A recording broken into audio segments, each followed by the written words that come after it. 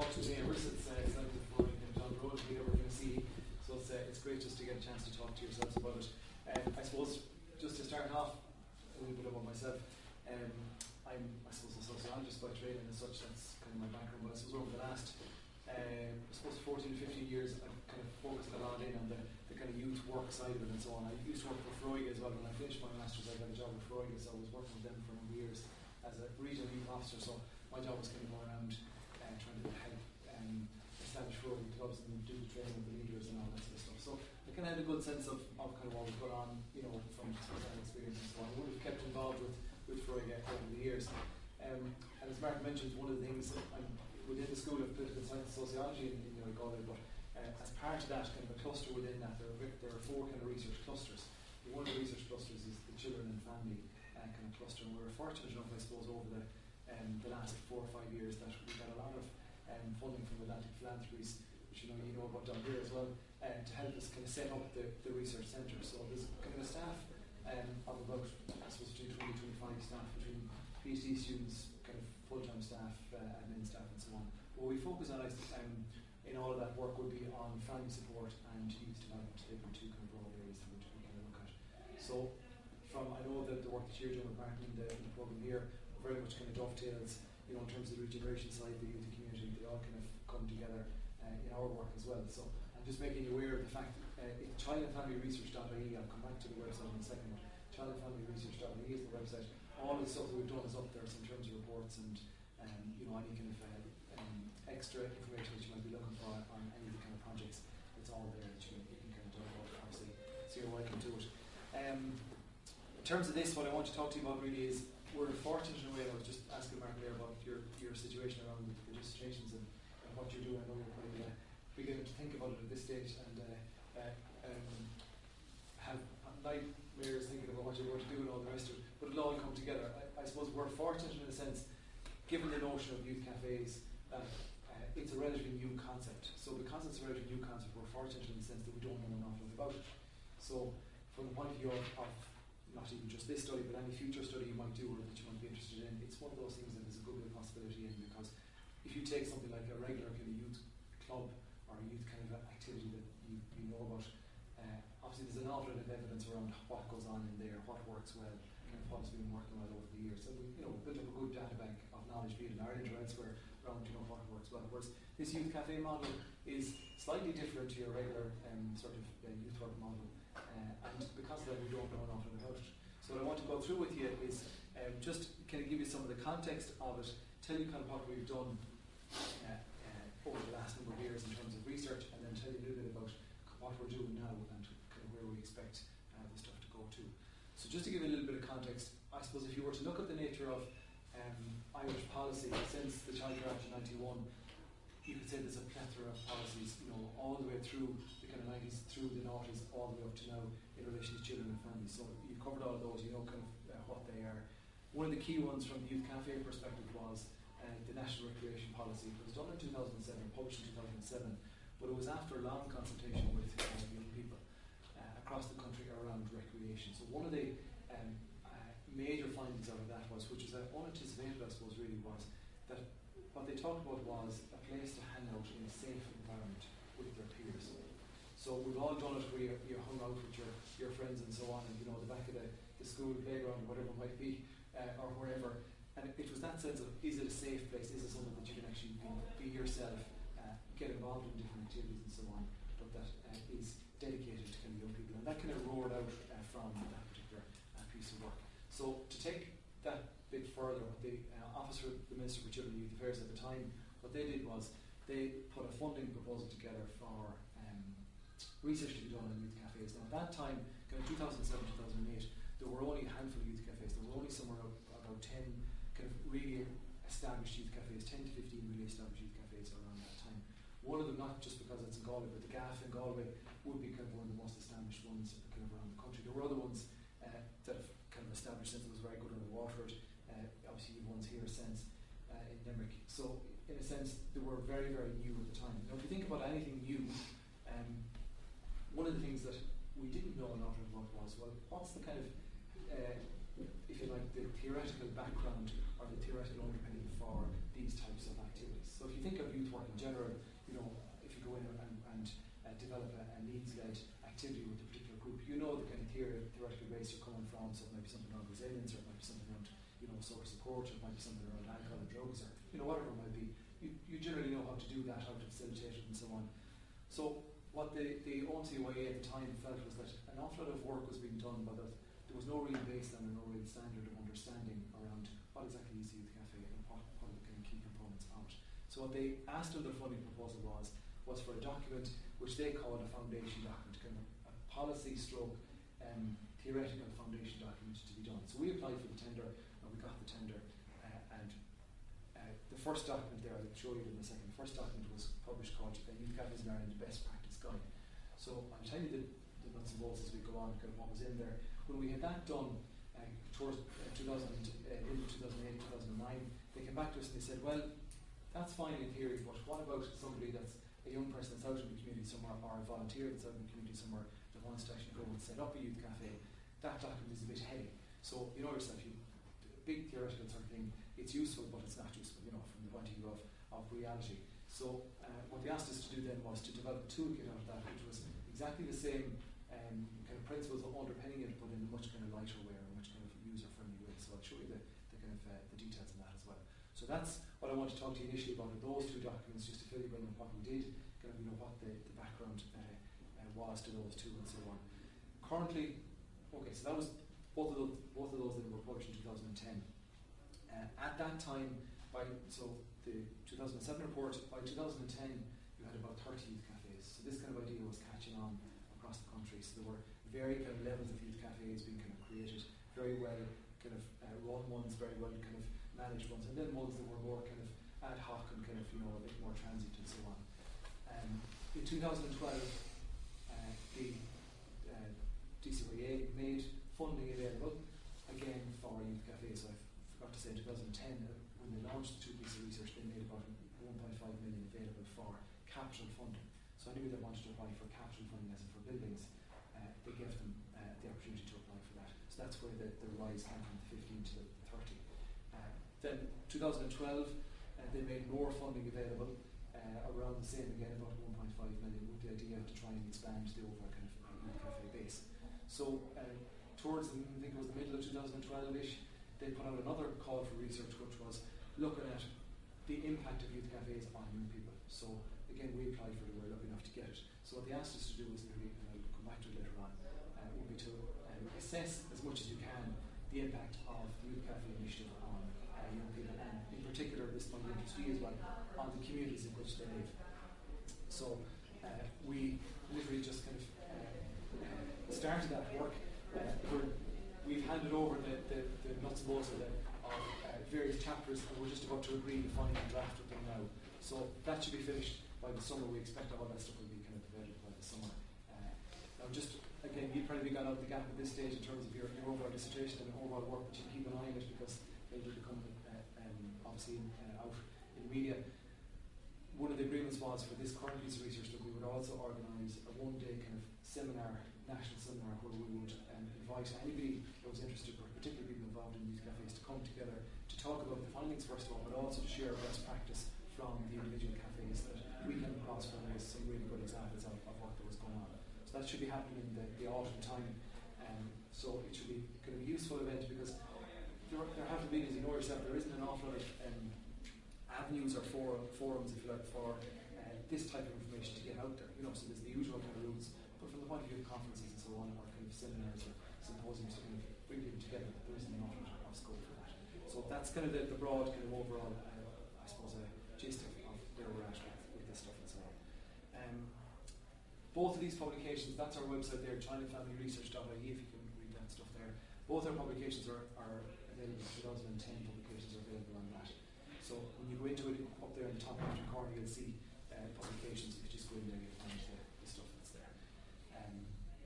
So I'll just bring you through the two publications, kind of what was there, and in particular, keeping in mind that the first document was all around the kind of theoretical basis, or the kind of understanding, or setting some sort of a baseline of understanding for youth cafes. Now, one that you might be interested in, a lot of you might be coming back to do further research in the future, and we're particularly interested in as well, is that this was our attempt to try and based on the the kind of theory and the kind of conceptual model, if you like, that we found that we could see evident in the youth cafes at that particular time. This is not to say that this won't change over time as knowledge kind of grows or as needs change and so on, but just to have some kind of baseline to say, well, this is what it was like, this is kind of best practice, be it here or elsewhere, and this is kind of what we can do to develop it on, if you like. Okay, so the basic starting point, I suppose, is what is a youth cafe? Have any of you been involved in youth cafes over time? Or which one have you been involved in? Oh, sure. So John and Co. Just before John's time, I can say, I was at the very start of this. They actually started up in 2006, 2007 as well. Yeah. So I mean, that's, in terms of the flagship one, that's a really, really good, for Limerick Youth Service, that's a really, really good flagship one. So if you haven't been in it, if you haven't been kind of around the city and so on, it's one you should get a look at, because I mean, it really echoes a lot of the stuff that is good about youth cafes and, you know, is well looked after and well managed. So it's really, really good. So it's good that you'll be able to tell them all about this as we go through as well.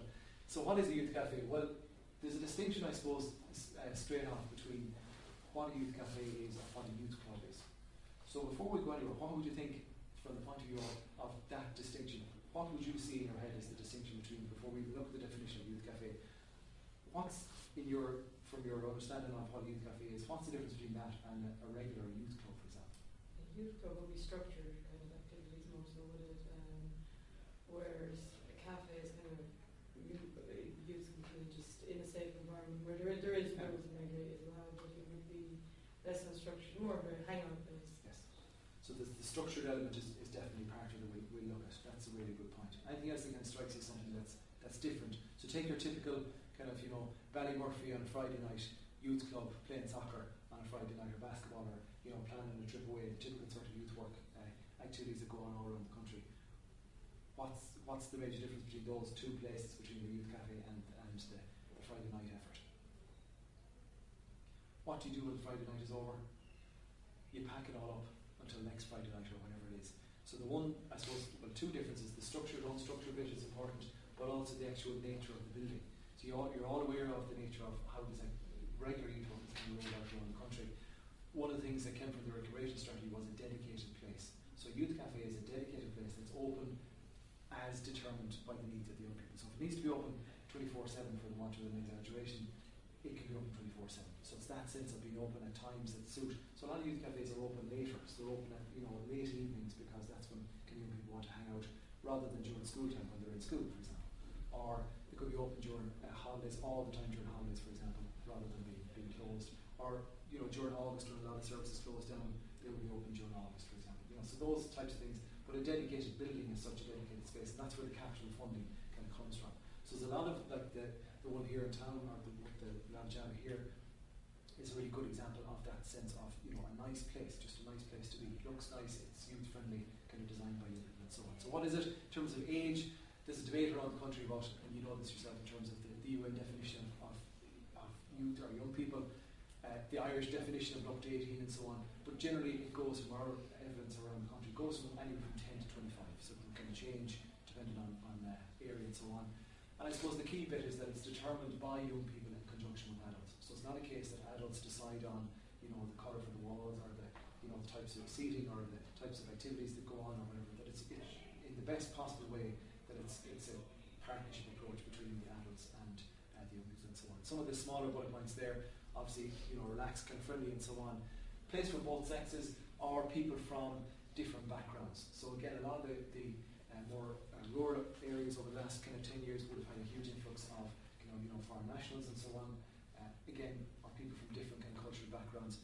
That is open to everybody from every sort of cultural background, or your mods and your rockers and your whatever you want as well, in the kind of mix. So I know in Galway, for example, they had a big influx of mods for a while, and that kind of just petered out after a while. But they had to ensure that, you know, everything was okay in terms of being able to deal with and cater for the different needs of types, if you want to categorise people into that. The supportive drug-free environment we talked about, and this is, I suppose, another difference between your youth club, your typical sort of youth club, and your youth cafe, which is really important, is that it can act as kind of a hub. You kind of touched on it there. It can kind of act as a hub, if you like, for additional information. So staff will traditionally be kind of volunteers that are trained in youth work, or paid kind of staff, so paid youth work staff. Whichever one, or a combination of those that are there, the one thing that they can do is they can offer help when required in terms of signposting people off to different services. So say somebody comes in just for a game of pool, in inverted commas, they might end up saying to somebody, well, you know, I'm feeling really down on myself, or, you know, my man was going through different difficult phase, whatever, which the ears will cock in terms of, you know, the skills of those particular youth workers to say, well, you know, this person, we don't have the skills here in sight to do it, but we can, in a very kind of helpful, nice way, direct or, you know, refer this person on somewhere else. So that's one difference, I suppose, that you wouldn't traditionally get in the youth club model unless you have very, very kind of, I suppose, appropriate systems in place to do it. It normally wouldn't really happen in that sort of way. So kind of the whole idea is something really important. And the one thing I suppose, and I'm sure Mark has been talking about this and all the other modules that you've done as well, is the one thing that comes out of all of this is the importance of relationships. The relationships between the peers, building relationships with peers, and building relationships with adults. That the Youth Café space allows you to do that in a way that maybe the traditional kind of youth work model didn't do, because it was maybe once a week. Whereas this, you could drop in, coming home from school, you know, 4 days a week or 2 days a week, or you can drop in at weekends, and you have that kind of safe environment or safe place to actually go to be with your peers, but also to build those relationships with your peers and other adults. So that's kind of the starting point of what we were kind of agreeing was Youth Café, and that might very much change as time goes on. There might be some additions to it or some subtractions. Does that kind of make sense in terms of what you thought or what you were thinking about as the Youth Café? Yeah, so it's, you know, there's nothing kind of odd as such. It's fairly straightforward. Now, the one thing to say as well is that we get asked this all the time. We get kind of, you know, contacted by communities around the country that say, we're thinking of setting up a youth cafe, will you send us the model? And of course the one thing we can say to them is, well, we don't really have a model, because there's no one model or no one kind of, you know, fit for all needs. So like what might work here in Limerick mightn't work in Ballysimon, or mightn't work in, you know, wherever it might be. So in a sense it has to be dictated by the needs of the individual. So from the point of view of being needs-led, this is probably one of the best examples of something that, when it works well, it is needs-led. It's not something that's designed in a nice, tidy, yellow pack product at national level and handed out. You know, it's something that actually has to be designed locally and so on. Another important point was that a lot of eyebrows were raised when we were doing this work initially. A lot of eyebrows were raised by the traditional youth work kind of sector, which obviously I was part of myself, the people that were doing regular youth work on a daily basis, for the fear that youth cafes were going to be seen as the cure of all ills for young people. It's a kind of panacea of all youth issues. You know, that it would kind of dislodge the nature of traditional youth work, if you want to call it that, and, you know, disregard the benefit of it. We were very much kind of of the view that Youth Café isn't the fix-all for everything. It'll fix some things, it'll help some things, it'll enable young people to do X, Y, and Z, and, you know, get involved in the communities and so on. But it's only one of a number of options. So it's only one of a continuum of options for young people. So it's not to be seen as kind of the, you know, the super cool. It's not like you're, I don't know, what's like an iPhone, you know, versus a Nokia. It's not something. I heard a great one the other day. Someone was looking for a charger, and they said they were saying it's not one of those smartphones. It's a thick phone, not a Nokia phone. So in a sense, it's not a case that it's, you know, it's going to fix everything, but it has to be seen as continuing kind of along that. So going back to the initial document, that 2010 document, the one thing that didn't exist for youth cafes in Ireland at that particular time was kind of a conceptualisation of what a youth cafe can do. So one of the things we did was we went back to the kind of literature, looked at different models that existed here, that were documented, different models from outside of Ireland and so on, and looked at kind of best practices was around youth work models and all that sort of stuff, and tried to marry together some of the knowledge from there and try to apply it in a very simple way to youth cafes. So we came up with this model again, which might well change over time, but if you can see this, I'm sure you'll be familiar with it anyway, but the Hardiger model, you've come across the Hardiger model? Yeah? So Pauline Hardiger and colleagues in the UK came up with this model, if you like, to try and determine or understand basic needs. If you were referring into a particular service, just in regular work, somebody taking the referral in might assess the level of need of the young person or the child using kind of this particular framework. So it's organised in a triangular fashion, obviously with the fewer cases at the top and the most cases at the bottom. Level 1 and 2 would be a regular young person. So I know it's hard to see there, but I'll just tell you what it says at the bottom there. Level 1 would be universal services or universal young people. So your regular happy-go-lucky young person is just getting on with life, you know, has their ups and downs, but is just kind of getting on with life and so on. Whereas number 2 would be maybe an example of a young person that's going through a particular tough period for maybe 2 or 3 weeks where they need a bit of a helping hand, but they will de-escalate back down to level 1 again kind of over time. So the majority of young people will go between level 1 and level 2. 3 and 4 are the more serious cases. So 3 and 4 could be, for example, somebody, level 3 for example, could be somebody that has suicidal thoughts, for example, or has attempted suicide, for example. And level 4 could be somebody that's in kind of an intensive rehab or out-of-home care for whatever reason it might be. So what we started off with was the idea that, if you think of the conceptualization of young people, well, you're going to find young people across those 4 levels. So how can a youth cafe kind of deal with, or how can we use the youth cafe model to try and understand those particular levels of need? Well, over on the left-hand side, you can see, and it's very simple, but hopefully you'll see that it's kind of effective. What we said was that if you take levels 1 and level 2, which would be the regular young person with the few little blips along the way, then the youth cafe can look out for that particular person. So one of the benefits at a conceptual level is that the young person can be looked out for by the staff or the volunteers that are there, with a view to referring on if needs be, or working with them around particular issues if the skill set is in the actual cafe in the first place.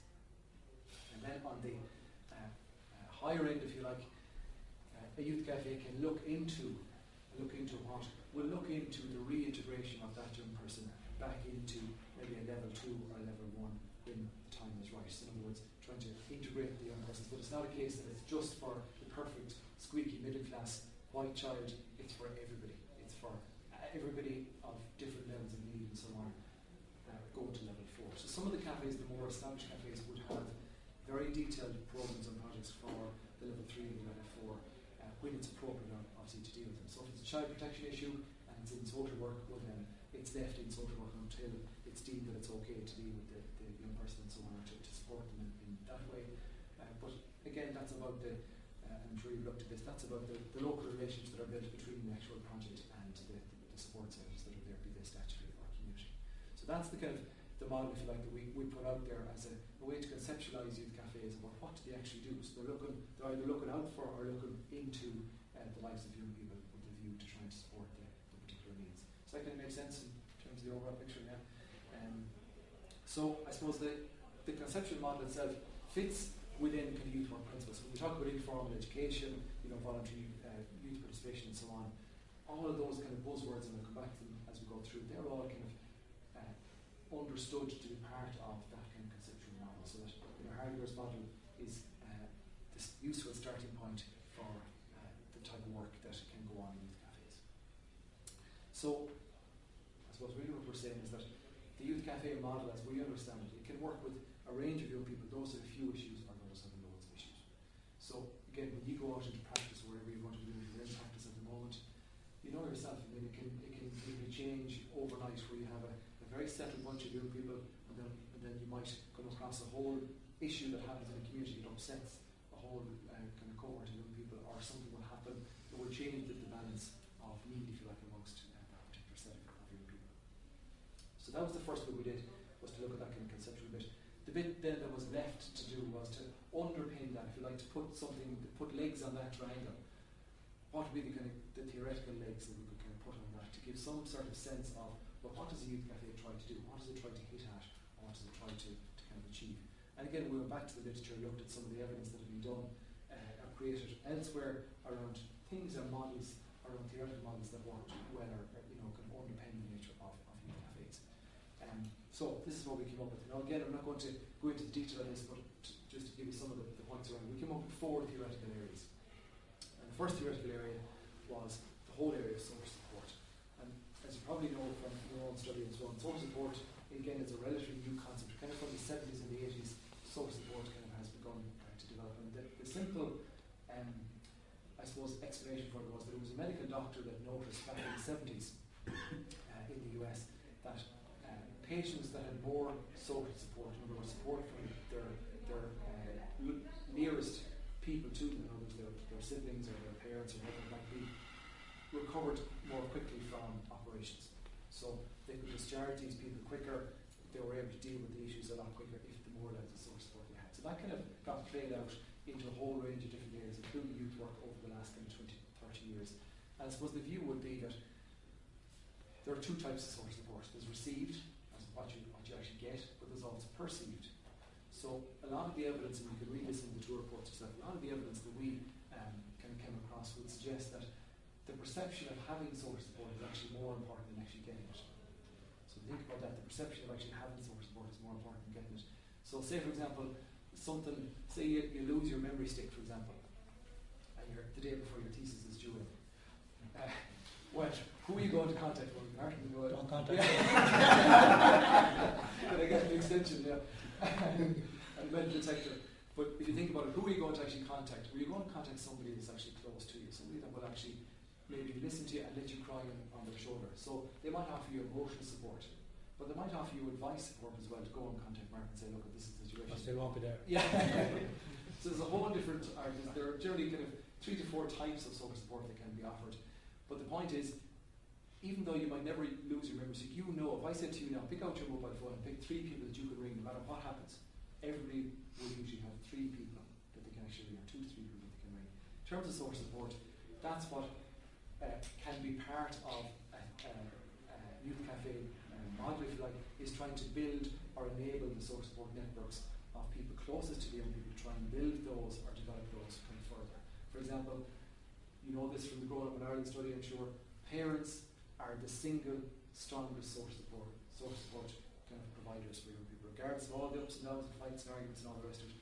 Parents. After that is usually siblings. But suppose that you find, for example, in your cafe that a group of young people don't get on with their siblings for whatever reason, but then you could go and develop a program to try and build that social support for young people. So there's a whole plethora of evidence around the importance of social support from a youth perspective. There's some really good, I'm sure you've come across this in your own study, there's some really good meta-analysis. You know, meta-analysis that's sewn together a whole load of studies. There's 2 to 3 very good meta-analysis that have been done on social support that sum up the evidence, if you like, in a kind of a very much shortened version. And again, I can give you those if you want.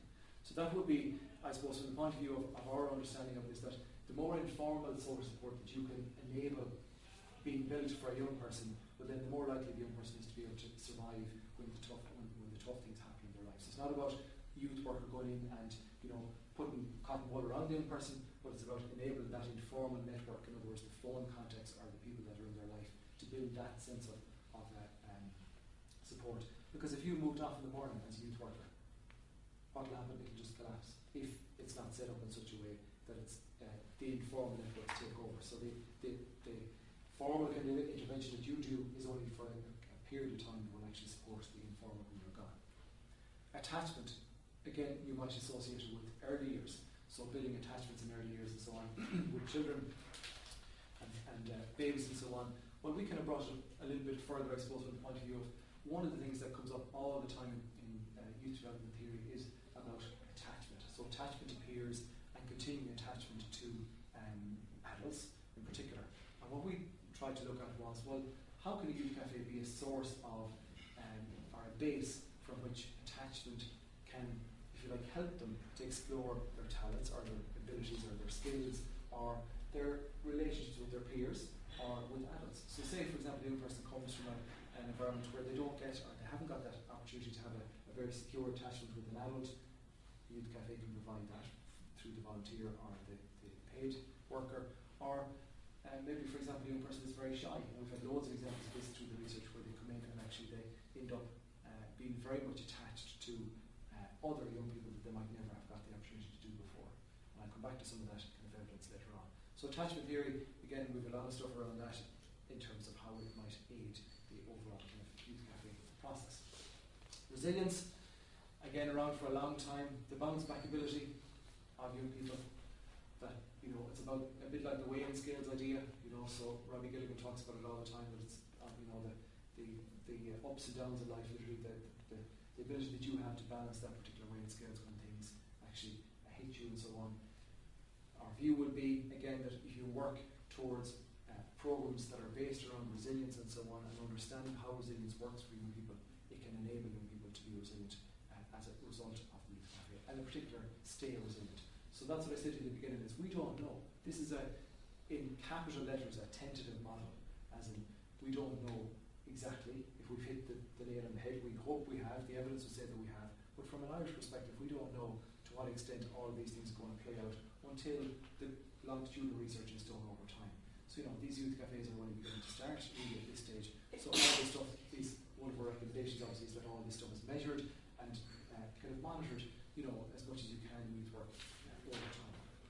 And the last one would be, most youth organisations, if you look at Youth Work Ireland, if you look at Growing, if you look at what was CYC, most of them talk about personal development of the young person as being the primary focus of youth work, but also there is the focus of community development, so that once the person feels that they have something to offer, they might well want to go off and become a volunteer in the local community in whatever kind of field and so on. So one of the things that we put in as a theoretical area was the notion of civic engagement, so that young people could get involved in the communities and bring about change, positive change in the community. So we came across loads of examples in the current study around where young people had engaged with a particular need.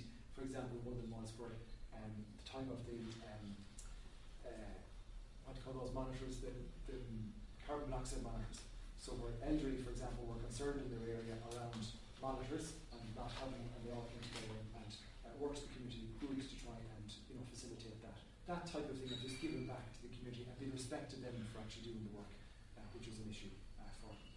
So if you combine those two together, the Hardinger model with the looking out and looking into with the kind of four areas, that's kind of where we started from with the 2010 model as such. So that's what we kind of set up as, these are the sorts of things that you need to be thinking about when you're thinking about a youth cafe. So the 2010 version, that first report, that best practice guide, had that conceptual model, had the theoretical areas. It also had an area, I'm sure that's very close to a lot of your hearts, is around outcomes and monitoring outcomes. Everywhere you look at Ireland in policy now, it's talking about outcomes. So how do you measure outcomes? If you look at the State of the Nation's Children, for example, it's all about outcomes, measuring outcomes with children. It's like as if now, if you can't measure an outcome, well then there's something wrong with you. It's in a sense, it's outcomes driven. Everything is outcomes driven, particularly because of funding. If you can't prove that you don't do a certain thing, well then should you be funded in the first place? So you have all these programs that are very much trying to prove outcomes, and you know yourself, from the point of view of personal and social development, it's very hard to track outcomes in that particular arena in a very kind of short time frame. We've talked about outcomes from the point of view of youth work in there as how it might work in the youth cafe. Guiding principles for youth cafes, we again identified from the literature and from evidence from other youth cafes across other jurisdictions, things that you need to think about, and I'll come back to these later. Things like the partnership with the adults and the volunteers, the issues around the types of activities that are there, all the nuts and bolts of what you actually need to think about, and I'll show you a diagram of that in a second. The operational issues, one of the things that the DCYA asked us to do was to talk about things like the management. What sort of management structures do you need? So in other words, having some form of a committee, and we talked about that. Funding, where do you go looking for funding, and what sort of issues are there around funding? Location and promotion, so the use of technology in terms of promotion and so on. And location being, there's no point being in the back of beyonds if you're trying to attract a group of young people that are in the other side of the city or the other side of the town. You have to be kind of as central as possible. And then a very important one that came up in the kind of foundation document was a lot of the youth cafes that we came across at a particular time were funded by, for example, crisis pregnancy. So crisis pregnancy, or it could be something to do with the justice departments, could be something like juvenile liaison might have a part to play in it, or some local group that would be funded from another government department would give money towards a youth cafe. Because of that, every youth cafe that we encountered back at the start of it had different monitoring and evaluation mechanisms. So in other words, if you were reporting crisis pregnancy, obviously what you're trying to do is you're trying to work with teenage girls around sexual health, and then obviously to bring the boys in into the mix as well. So the nature of your reporting mechanism might be very different to a project, for example, that's more based on a generic health project, so just around health itself. So we talked about different models of monitoring and evaluation. So monitoring, and to make the distinction, I suppose, monitoring was more about the throughput. So how many people actually came in the door, what age they were, where they were from, all that sort of stuff.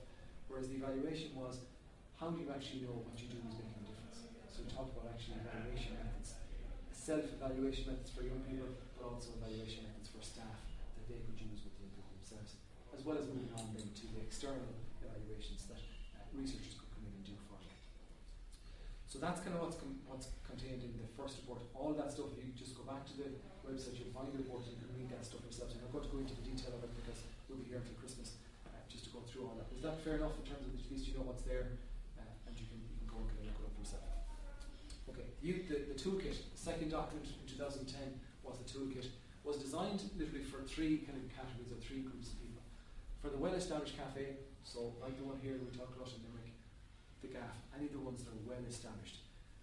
But if you think about it, no matter how well established you are, you'll always want to go and try and enhance your practice. So there might be some little nugget of information in there, some new bit of theory or some new bit of evidence that would say, well, you know, we might do something a little differently here, we might think about this in a different way and so on.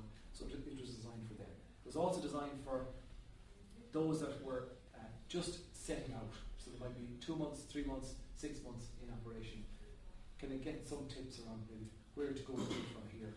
And also the group or the category that were just thinking about it. So they were kind of having an idea or something in their head around, well, we'd like to set up a cafe, but we don't know how to go. So given that kind of theoretical kind of foundation document, this toolkit was literally, as it suggests, an A to Z of what you need to do. Not in a prescriptive way, but in a kind of a critical way. So to get you to think about the core things and then to adapt that for your own situation. So it wasn't offering a model, it was offering key things for you to actually think about. So very much kind of from the toolkit perspective. So what we had was, you know, core information, then key questions for you, key questions for who you were in terms of being an adult or a volunteer or a young person, and then key resources. So there were kind of 3 sections to it that would help you to move on with it. Now we had great crack with this because we came up with, I should have said that at the beginning, we had a research advisor group made up of 4 youth cafes from around the country. So we had the managers, volunteers and the selection of young people from around the country that came together with us to try and tease through all of this. And when it came back to the toolkit, they were saying, the young people in particular were saying, we don't want another just, you know, A4 document that sits on the shelf that, you know, nobody will look at and, you know, has to be designed nicely. So the first thing we did is we got an external print company to actually design it up nicely with all of the stuff that young people wanted in there. So it does look nice. But the other thing was, how are we going to present these 11 areas? We gave advice in 11 areas. So 11 things you need to think about. And this is the best that people come up with. So this was, we had some debate about this. This was, we call it the Youth Café Wheel. But literally what it was on the centre in there, you have the 2, no matter what youth cafe you are out of those 3 types, there are 2 things that you need to be aware of, or 2 things you need to do. You need to involve young people, literally, from the start, or even before the start. And the bottom one there is partnership between adults and young people. That no matter where you're at, that those 2 things have to be central to what you do. So if you're the well-established one or the one that's just thinking about starting, they're the core kind of guiding principles. So what we've given kind of the reason for it, the kind of the background to it, the questions for the 3 different groups, the staff, the volunteers and the young people, and the key resources to help you think about how do you actually go about doing that. So you know, involving young people like going to the schools, for example, or if it's young people that are starting themselves, how do they get hold of adults, or how do they, you know, do all that type of work. And then on the outside, we had all the other key areas out of the 11 that you need to focus on. And this is where the debate happened, I suppose. This was the young people's idea. Literally, as you can see, it's a cutout. So in the actual report, what we had was we had this cut out, and the idea was that you would cut it out in your group or your youth cafe, and literally that you would put the spinner up there in the top right and in the centre. So it's like something that a 2-year-old would do, but the point was that from the young people's perspective was that it created a focus for the actual group to say, okay, we're actually looking at, for example, the one down there, for example, on policies. So up there on the top left it says policies. Say, for example, that you're 6 months on the go and you end up having an issue with alcohol in toilets. What do you do? Do you have a toilets policy? I never knew anything about a toilets policy until we started doing this. But a lot of youth cafes have a toilets policy. But what goes on in toilets, you know, the rules around toilets. So you could spin your little spinner around to that in your group meeting, for example, and say, okay, we're going to focus on policies, the page number is there, we're going to go off and we're going to look at that. So it's a bit of a gimmick in a sense of spinning the spinner, but the point is, instead of just kind of trying to deal with all of those particular things, this is the one that's pertinent for you for now. So you can actually just point to it and say, this is what we're going to focus on. Then in a week's time, you might have something there on the right-hand side, it talks about the role of staff and volunteers. So you might have something to focus on over there, something that you want to learn about over there. So you can go off and look at that one and look up the resources that are actually there. So the idea was you put it away, then you take it out the next time that you have an issue that you kind of want to look at, and you physically make that move to point at what you want to look at, and it focuses the head, if you like, on what you want to look at. So the ones that are there, no, it's hard to see it up there. There's policies, there's mission and activities. I'm going clockwise here. There's the role of staff and volunteers. There's training. There's design and location. There's management. There's funding and sustainability, promotion, and then over the top left, evaluation and monitoring. So they're the kind of, combined with the two areas in the centre, they were the core things that we said you need to think about from the point of view of starting up a youth cafe.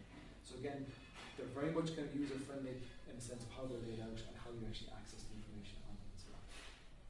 So that was the toolkit. That's kind of where we left with that. So the idea was that every youth cafe that got funded then after this was asked to use this as kind of basic kind of building block. Not to say that they couldn't use everything else and use their own experience, but that we'd all be sitting on the same hymn sheet, if you like, from the start, at least in terms of the work. So current research, where are we at? So that kind of was 2010. In 2012, we secured, as I said, the funding to do the current research, which we're just finishing up at the moment. And the three things we were asked to look at. How has it developed since 2010? Okay, now I'll just show you how it's developed since 2010. One of the things that we did was we mapped using GIS all the locations of youth cafes around the country. In 2010 there were 30. There are now 160 youth cafes around the country. Huge, phenomenal growth of youth cafes. As you'd expect, variations in terms of size and capabilities and all that sort of thing. But the one thing that we did down here, you can see it is we categorised it by actual type. So you can see this Catholic Youth Care, which was it's been subsumed just recently, but it was the Dublin version, if you like, of youth cafes. You had the family resource centres. So a lot of the family resource centres that have been set up actually have a wing of a youth cafe as part of their service as well. Feroiga, Youth Work Ireland, and Independent. So, and as you can see there, Feroiga and Youth Work Ireland have one shared together in Donegal. But it's interesting in that sense. This is the first time that this information is going to be collated around the types of youth cafes and so on. And what we did, what we were asked to do was to actually map it by population density. So if you think of Limerick, just take Limerick as an example. If you look at population density in Limerick and zoom up on that, you can say, well, with X amount of young people, demographics would tell us that we're going to have X more in 5 years' time. We only have 2 youth cafes or 3 youth cafes. We need to have more. Or we need to in some way provide for the needs of young people. So in terms of how it has developed since 2010, that was one of the processes we went through, was to look at the nature of the overall kind of mapping out over time. Impact on the lives of young people, I'll come back to that in a second, and in the communities that they obviously live in, and what are the lessons for kind of future policy and kind of the provision of youth cafes. So what have we done? Well, in terms of the overall kind of study, what we've done so far is we've updated the 4 theoretical model areas. So we've gone back and looked at recent literature since 2010, which we thought was appropriate to add in. So any new knowledge under those kind of 4 theoretical areas we looked at, we've that done. And we've also added in positive youth development as an actual area. So even though we assumed that it was there in the 4 already, we've actually named it now as one of the theoretical areas. So learner stuff around the 5 C's and all that sort of stuff around confidence and caring and so on, all that stuff is put in now as a 5th leg, if you like, of theory. And we've also put in a lot of John Bamber's work in the Centre for Effective Services in Dublin around outcomes focused work, and Maurice Devlin's work in youth around outcomes work for youth work. So again, an awful lot of work has been done in Ireland since we did the initial work, so a lot of that stuff has gone in. We also did a set of interviews with key policy actors. So we talked to people from the various youth organisations, we talked to people from the Department of Health, Department of Children, obviously, all the key kind of players around the country, managers of different services and so on, to get a sense of where do they think youth cafes fitted in the overall kind of plan for youth or for young people and so on. And the last thing which I want to focus on now is, obviously out of the 160 cafes, we couldn't physically do a proper study of 160 cafes. All we did with the 160 was we surveyed them. So there was a fairly comprehensive survey, 12-page survey that we again designed in consultation with the young people and the staff from the advisory group. And the response rate was fantastic. We got about 70% back from a postal survey. So normally you get like 30 or 40% back. We got about 70% back, so we're really happy with that. And that has given us some really good information around opening times, about sharing spaces with other services and all that sort of in-depth work we've done, we took 7 of the cafes out of 160 based on the categorisation that I showed you in the map. So, you know, for all Youth Work Ireland and so on, and tried to distribute them around the country. So to kind of even it out, we said we'd take 7 and try and do it by geographical region. So I know it doesn't seem a lot probably when you see 160. We really did an in-depth version of it in each cafe. So we talked to the young people, you know, the staff, the community as such, and anybody that was seen to be kind of a key stakeholder, be internally or externally, we talked to them. So, what are the key findings? What have we found? And again, all this stuff is going to be obviously reported in greater detail in the final report, but this is kind of generally what we found. The numbering has gone funny again, but anyway, apologies. I suppose to sum it up, there are kind of 8, I suppose, high-line or high-level findings from the young people themselves. We want this to be the voices of young people that are coming through, obviously supported by adults. These are the key things that young people are actually saying about the value of youth cafes in their lives. And the first one, we've put these kind of in order, I suppose. Top left up there, the words that were used literally to talk about youth cafes again and again and again. We used in vivo to do the coding and to do the analysis. So I mean, it's not as if we're just making it up. There's a paper trail there that you can actually see the coding frame and so on.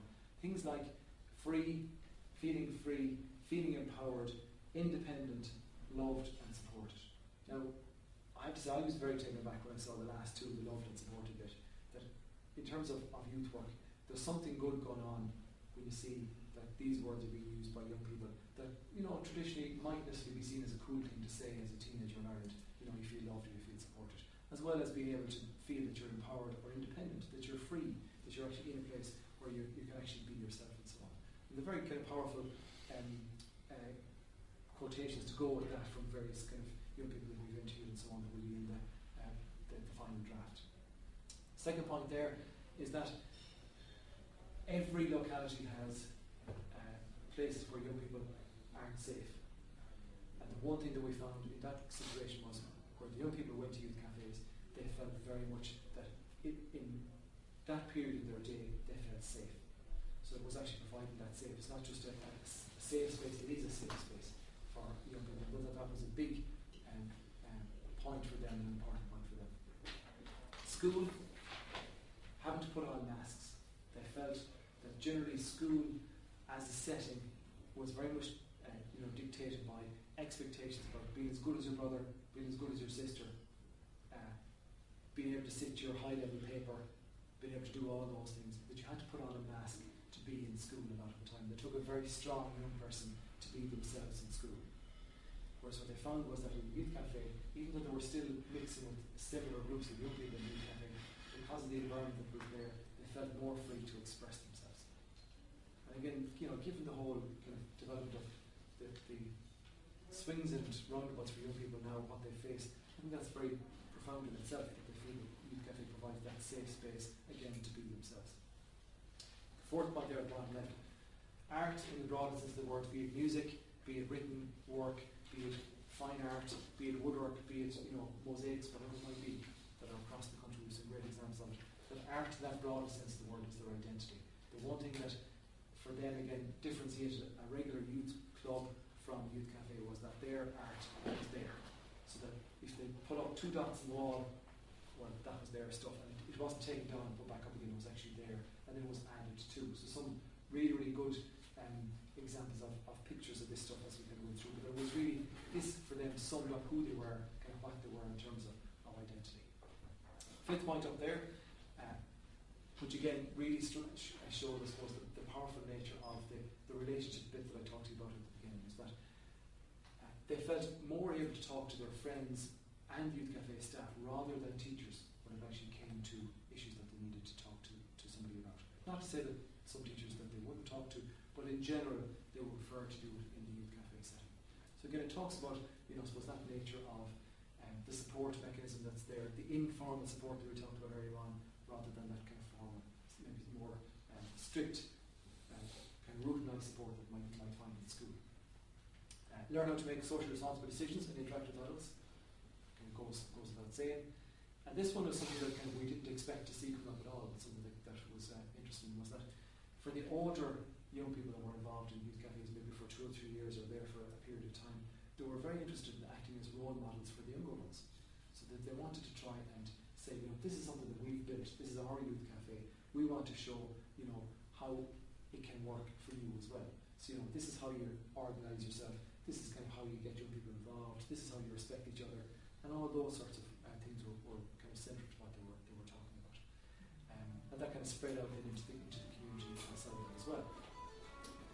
And the last bit goes back to the earlier stuff I talked about, is that they named it themselves, because one of the questions that we actually asked them was around the difference between their experience both having involved in youth work in general before that and youth cafes. And it talked about the difference between the club versus the cafe model. The structured and autonomous bit, I suppose, the semi-structured, unstructured bit that we talked about was central for them, is that if they wanted to just go in and flop on a beanbag for 2 hours, they could do that. If they wanted to go in and be involved in a kind of a committee meeting around something, well then they could do that, but they didn't have to do it if they didn't want to do it. If they wanted to get advice from the public health nurse around whatever, they could get it, but if they didn't want to, they didn't have to.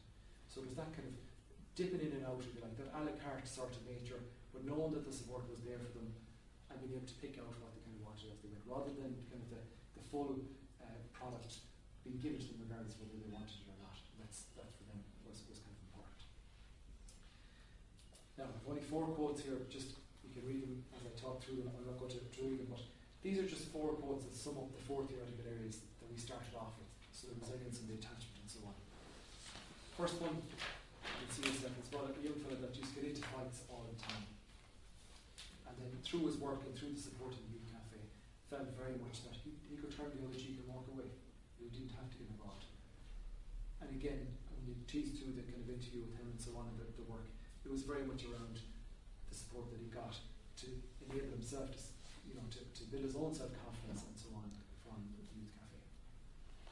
The attachment, being able to make decisions with adults involved in your life and being able to relate to those particular adults was a huge kind of source of support for one particular, obviously, quote that we have there, one particular person. But this is kind of evidence across the board. Interacting with the community, this was a hug day. So they organised a hug day, literally where they would just organise hugs in their community to try and link in with the community around a particular need. Again, which was, you can imagine the kind of sidesteps that went on in their community when a group of teenagers were out hugging people on the streets. You can imagine how it felt for the people that were there. And the social support bit, literally as we said, it's to have someone to talk to that doesn't judge you, that's not kind of going to make a big deal of it. They'll be there to support you, listen to you and signpost you off if you need that and so on. And as you can see there, I'd be happier to go with a volunteer than a teacher anytime. So they're the kind of, I suppose, the high level findings, I suppose, from where we're at. Again, all that stuff will come out in detail obviously in the report. Just the last bit I want to talk about is this, is in terms of the future policy and practice developments, what are we actually talking about? Well, we have a few kind of recommendations around this stuff that will be presented to the department when the time comes. First thing to say is that given, I suppose, the breadth of data that we now have from those 7 youth cafes, plus the interviews with the various policy people and the various other data that we've collected, there's strong evidence now to say that youth cafes are a valued kind of tool, if you like, in youth work provision. So up to this point they've kind of been questioned or been wondered about and so on. So there is evidence that there's, they do work to a certain extent. The issue about to the extent they work is something that we don't know obviously an awful lot about until we go on further, and I mentioned later on down here. So they do fit within that continuum of care. So that's an important point just to say, I suppose.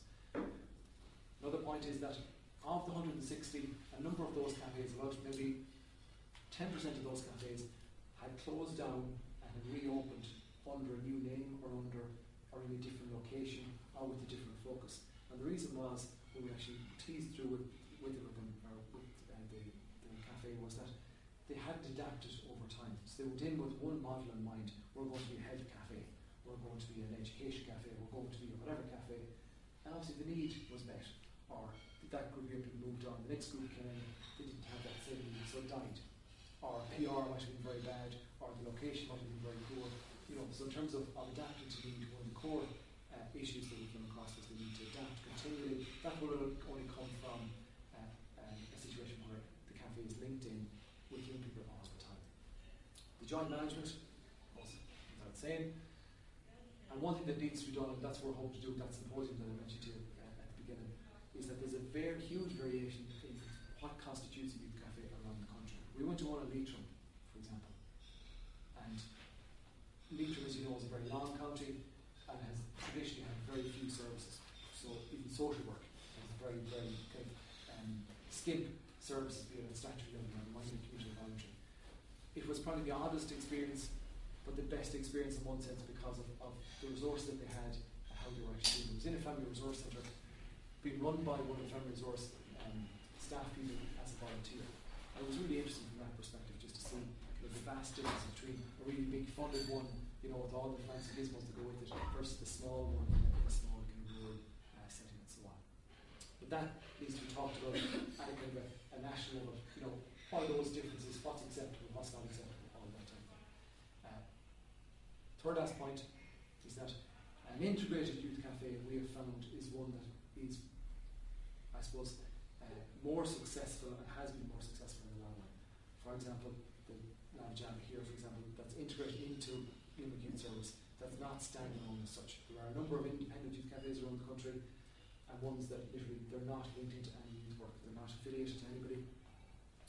They're doing great work from what we can see, but in terms of access to support and access to services within your parent organisation, it's a benefit if you're integrated within that kind of framework. Biggest issue that we came across was funding.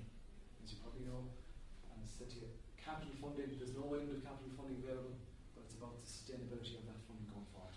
How do you actually ensure that the cafe is able to attract funding or able to be self-sustaining over time? So one of the things we've included in this current report is around kind of a financial model, if you like, around how to actually think about these things from a community voluntary perspective.